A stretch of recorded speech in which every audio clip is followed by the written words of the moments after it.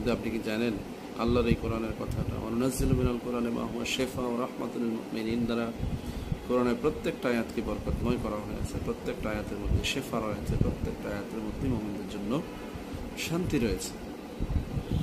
কিন্তু কোরআন থেকে খুঁজে খুঁজে কিছু আয়াতকে নিজের জন্য করে নিতে পারলে কাঙ্ক্ষিত লক্ষ্য হাসিল হয়ে যায়। এই জন্য পুরো কোরআন যেমন তেলাওয়াত ধারাবাহিক করা উচিত, তেমনি কিছু কিছু আয়াতের নিয়মিত জিফা আকারে তেলাওয়াত করা উচিত। এরকম কিছু আয়াতের ব্যাপারে আল্লাহ রাব্বুল আলামিনের পক্ষ থেকে বরকত নির্ধারিত রয়েছে।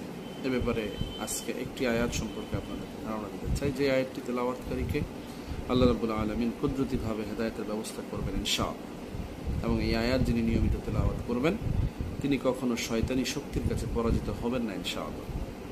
কোরআনের এমন একটি সূরা, এমন একটি আয়াত যদি আমরা প্রতিনিয়ত তেলাওয়াত করি, বেশুমার বরকত আমাদের লাভ হতে পারে। যে বিষয়টা সবচাইতে বেশি জরুরি সেটা হচ্ছে হেদায়েত। হেদায়েত আল্লাহ ছাড়া কেউ দিতে পারে না। সুতরাং আল্লাহর কাছ থেকে হেদায়েত পাওয়ার জন্য আপনার এই আমলটা জরুরি। আল্লাহ রাব্বুল আলামিন যে বিষয়ে আমাকে আপনাকে নির্দেশনা দিয়েছেন, সেই নির্দেশনা যদি আমরা গ্রাহ্য করি তাহলে আমাদের জীবন সুন্দর হবে। আয়াতটির ব্যাপারে বলার আগে আমি আপনাদের আয়াতটি তেলাওয়াত করে শোনাচ্ছি। বিসমিল্লাহির রহমানির রহিম। ইন্না আনজালনা আলাইকাল কিতাবা লিন-নাসি বিল হাক্কি ফামান ইহতাদা ফালিনাফসিহি ওয়া মান দাল্লা ফাইন্নামা ইয়াদুল্লু আলাইহি ওয়া আনতা আলাইহিম বিওয়াকিল।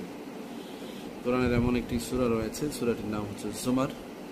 সূরাতুল জুমারের 41 নম্বর আয়াতটি আপনি যদি তেলাওয়াত করেন প্রতিনিয়ত সকাল এবং সন্ধ্যা, এই আয়াতের বরকতে আল্লাহ রাব্বুল আলামিন আপনাকে হেদায়েত যেমন দান করবেন, তেমনি শয়তানি শক্তির বিরুদ্ধে আপনাকে বিজয় দান করবেন।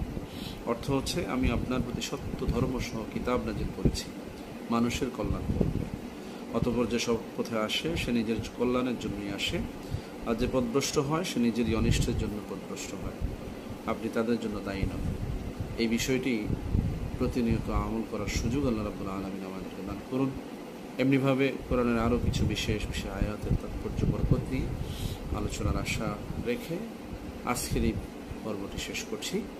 সূরাতুল জুমার 41 নম্বর আয়াত প্রতিনিয়ত তেলাওয়াত করার আহ্বান জানাচ্ছি। বিশেষ করে আলেম সমাজে আয়াতের উপরে বেশি বেশি আমল করার তাকিদ অনুভব করছি। আসসালামু আলাইকুম ওয়া রাহমাতুল্লাহ।